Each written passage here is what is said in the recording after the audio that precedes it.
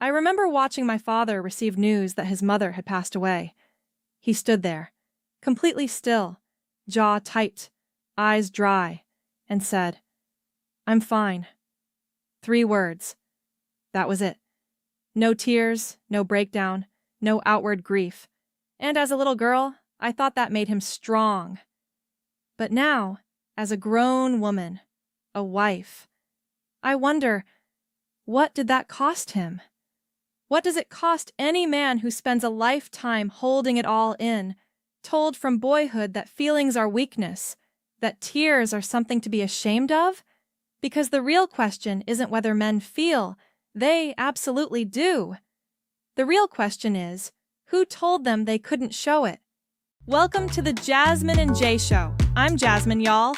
24 years young, a blend of Black and Hispanic vibes, rocking it as a primary school teacher in NYC, married to the one and only Thomas who's slaying it in finance at 26. And yo, make some noise for Jay. Hey, I'm Jay, 24, proud of my African descent, saving lives as a registered nurse in the city that never sleeps. My partner in crime, Bobby, 27, bringing the heat in the finance world. We're about to drop all the gems on love, relationships, finance, and everything else you could dream of. Get ready for those weekly vibes that'll have you coming back for more. So, whether you're chilling or on the go, we look forward to you tuning in every week for all things love, relationship, finance, and everything in between. Welcome to the Jasmine and Jaiye Show. I'm Jay, and that was the brilliant, the bold, the beautifully real. My co-host, Jasmine. We are so glad you're here with us for Season 4, where we are pulling back the curtain on societal expectations, the invisible scripts, the unspoken rules, and the cultural pressures that quietly shape the way we live, love, and show up in the world. Thank you for choosing to spend this time with us. It means everything. Yes, and today you are tuning in to Episode 5, titled, Who Said Men Don't Cry?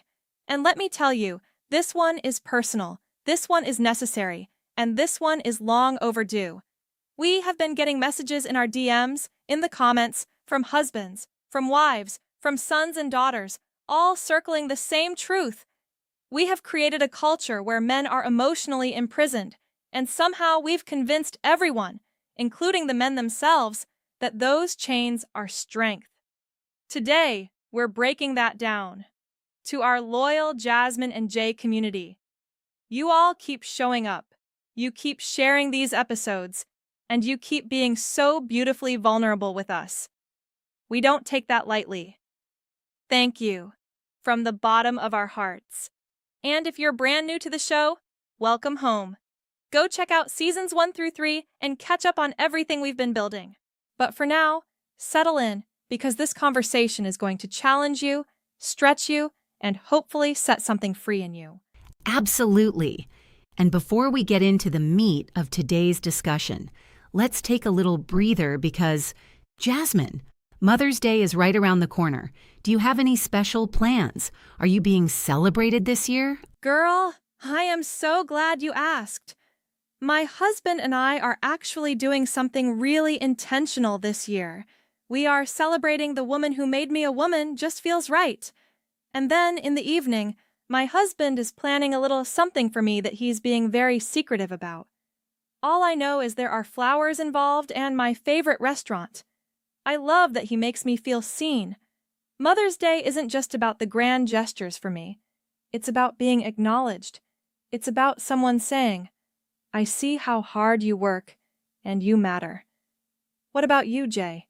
How are you spending it? Oh, I love that so much. For me, it's all about simplicity this year. Even though I'm not a mother yet, my husband is doing a little handmade breakfast, which honestly, nothing beats a slightly burnt waffle made with love. And then we're doing a walk together in the park, just us, unplugged. I also want to call and pour into the mothers in my life, my mom, my mother-in-law, the women who have poured into me. I think Mother's Day is a good reminder that nurturing is a gift, and we don't say thank you nearly enough to the women who hold everything together. But speaking of people who don't get enough credit for their emotions, let's jump right into today's topic. So Jasmine, where do you think the be a man culture comes from? Because this message starts so early, doesn't it? Little boys are told to toughen up before they even understand what that means. It really does start early, almost shockingly early. I think be a man culture has roots in multiple places that all reinforce one another. First, you have to look at history. For centuries, men were the warriors, the hunters, the providers. Survival depended on suppressing fear, pushing through pain, and projecting strength. Showing vulnerability on the battlefield could get you killed. And while we no longer live in that world, the emotional inheritance remains. Those survival-based patterns got passed down through generations as identity, not necessity. Second, it's deeply reinforced by family systems. Fathers who never cried raise sons who don't know how to cry. Boys are watched carefully, by parents, by peers, by coaches, and the moment they show emotion, especially sadness or fear, someone steps in with "toughen up." Don't be a crybaby. Stop acting like a girl. That last phrase is particularly telling because it equates femininity with weakness, which is a whole other conversation. And third, popular culture and media have cemented this image for decades.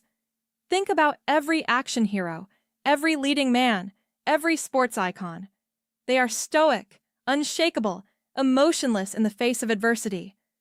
Boys grow up absorbing these images and believing that's what masculinity looks like. The result?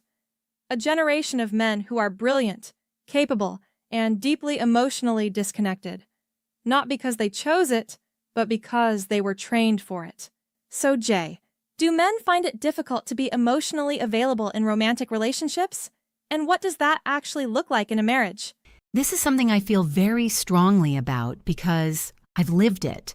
I've watched it in marriages around me, and I've heard about it in the messages you all send us. Yes, many men find emotional availability genuinely deeply difficult. And I want to say this clearly. It is not because they don't care. It's because nobody taught them how. Emotional availability requires vulnerability, the ability to say, "I'm hurting. I'm scared. I need you." But men have been rewarded their entire lives for being invulnerable. So when they enter a romantic relationship, they're being asked to do the exact opposite of everything they've been trained to do. In marriage specifically, this shows up in so many ways. A husband who shuts down during conflict instead of engaging. A man who defaults to "I'm fine" even when he's clearly not. A partner who provides financially, practically, physically, but is emotionally absent. And here's what makes it even more complicated. Many men don't even have the language for their emotions.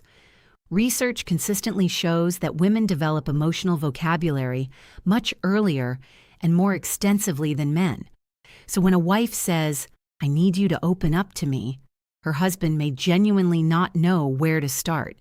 Not because he doesn't want to, but because he's never been given the tools. Emotional availability in marriage is a skill, and like any skill, it can be learned, but only if we create safe spaces for men to learn it without shame. So Jasmine, what is the cost of emotionally shutting down in a marriage? Because I think sometimes people minimize this, like it's just a personality difference. But it runs so much deeper, doesn't it? It runs devastatingly deep, and I want people to understand. The cost of emotional shutdown is not just uncomfortable moments or surface-level tension. It is a slow erosion of the entire foundation of a marriage. Let me break it down. First, there's the cost to intimacy. True intimacy, the kind that sustains a marriage for decades, is not just physical. It is emotional nakedness. It is being fully known and fully loved. When a man shuts down emotionally, a wall goes up, and his wife, no matter how much she loves him, cannot get through that wall. She begins to feel alone in the marriage. She stops bringing her full self to him because she doesn't feel safe doing so. Over time, that disconnection becomes the default. Second, there's the cost to children. Children watch everything. A son who watches his father suppress every emotion learns that's what men do. A daughter who never sees her father be vulnerable learns to expect emotionally unavailable men, and may even unconsciously seek them out. The generational impact is real, and it is heavy. Third, there's the cost to the man himself. Emotional suppression does not make emotions disappear, it just buries them. And buried emotions have a way of surfacing as rage, as addiction, as depression, as physical illness. The body keeps score. Men who cannot process grief, fear, or pain emotionally often pay for it physiologically. And finally, there's the spiritual cost. In marriage, God designed two people to become one, spiritually, emotionally, physically. You cannot have true oneness with someone who is emotionally absent. The depth of connection God intended for marriage is inaccessible when one partner is shut down. The good news is, it's not too late. Healing is possible. Growth is possible. But it requires naming the cost honestly, first.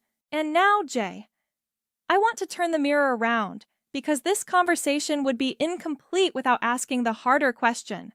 How do women reinforce their own expectations in ways that actually make it harder for men to be emotionally open? I'm so glad you asked this, because this is the part of the conversation women don't always want to have. But we have to. And I want to say up front, this is not about blame. It is about awareness. Because the truth is, women can simultaneously desire emotionally available men and unconsciously punish them for it. Let me explain what that looks like. First, there's the weaponizing of vulnerability. Sometimes a man opens up, he shares a fear, a failure, an insecurity, and later, in an argument or a moment of frustration, that information gets used against him. And the moment that happens, the door slams shut. He learned that opening up was not safe. If we want men to be vulnerable, we have to protect their vulnerability fiercely. Second, there's the issue of inconsistent messaging. Women often say, "I want a man who cries, who feels deeply, who is in touch with his emotions." But then, when he does cry, when he breaks down after a hard season, when he admits he's struggling, some women pull back. They feel unsettled. They start to question his strength. And he feels that. He adapts. He shuts back down. Third, women sometimes inadvertently reinforce the provider-only role. When we praise and celebrate our husbands primarily for what they provide financially or practically, but rarely acknowledge them for emotional effort, for being present, for showing up relationally, we're communicating without words what we actually value, and men are listening. Finally, we sometimes set up emotional comparisons, saying things like, "My friend's husband talks to her every day about how he feels," or "Why can't you be more open like so-called sensitive men?" Comparison shuts people down. It does not open them up. If we want emotionally available husbands, we have to become emotionally safe wives. That's the real work. This has been one of the most important conversations we've had this season, and I just want to sit in that for a moment. Let's bring it home. Today, we started by asking the question at the heart of it all. Who told men they couldn't cry? And the answer, as we've explored, is everyone. History, family, culture, media, and sometimes even the women who love them. We unpacked where the be a man culture comes from, rooted in survival instincts, passed down through generational conditioning, and cemented by the stories we tell about what strength looks like. And we began to see that the real strength isn't in suppression. It's in the courage to feel and still show up. We talked honestly about the cost of emotional shutdown in marriage, the slow erosion of intimacy, the generational wounds left for children, the physical and spiritual toll on men themselves. And we've seen that this is not a small thing. Emotional disconnection is one of the greatest threats to the kind of marriages God designed us for. And we had that harder conversation about how women also play a role, about how we can say we want emotional availability while unconsciously creating environments where it isn't safe, about the work we have to do within ourselves if we want the partnerships we're praying for. To every woman listening, be the safe space. To every man listening, your tears are not weakness. Your feelings are not a burden. You were made to feel, and there is profound strength in learning how to name what is alive inside you. Thank you so much for being here for episode 5. If this episode stirred something in you, if it gave language to something you've been feeling, please share it. Send it to your husband, to your son, to your brother, to your friend. These conversations change lives when they travel beyond our phones and into our homes. Like, comment, subscribe, and come back next week. We'll be here. Until next time, protect your peace, do the inner work, love fiercely, and remember, wholeness is available to every single one of us. See you next week on the Jasmine and Jaiye Show. Bye, everyone. Go love somebody well today, starting with yourself. Be blessed. Thank you so much for tuning in to the Jasmine and Jaiye Show. We really, really hope you enjoyed this episode. And don't forget to like, share, and drop a comment or question. We're all ears. See you next week for more vibes and good times. Keep shining bright.